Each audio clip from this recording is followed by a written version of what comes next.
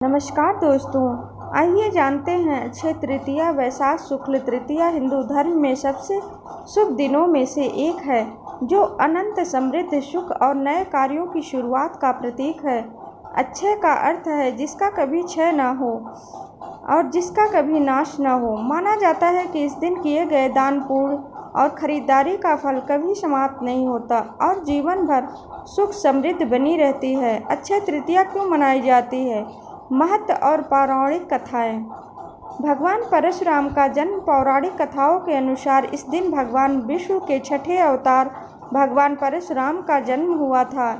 इसलिए इसे परशुराम जयंती के रूप में भी मनाया जाता है। अक्षय पात्र की प्राप्ति। महाभारत काल में इसी दिन भगवान सूर्य देव ने पांडवों को अक्षय पात्र दिया था, जिसमें से कभी भोजन समाप्त नहीं होता। सतयुग और त्रेता युग का प्रारंभ।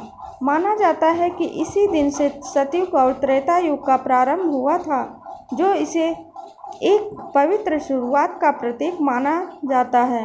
बद्रीनाथ के कपाट। इसी पावन तिथि पर उत्तराखंड में स्थित प्रसिद्ध बद्रीनाथ धाम के कपाट भक्तों के लिए खोले जाते हैं।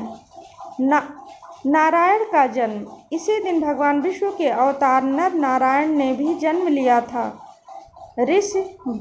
ऋषभ देव का व्रत पारण।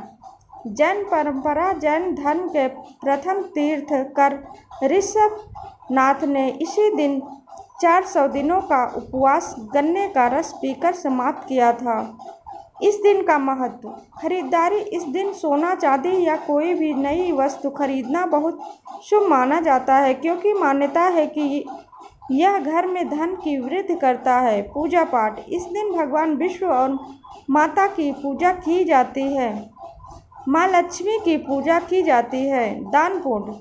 इस दिन अनाज, कपड़े और अन्य जरूरी चीज़ों का दान करना अत्यंत फलदायी माना जाता है। अक्षय तृतीया को बहुत ही शुभ मुहूर्त माना जाता है। इस दिन हर किए हुए कार्य को बहुत अच्छे तरीके से सफलता मिलती है।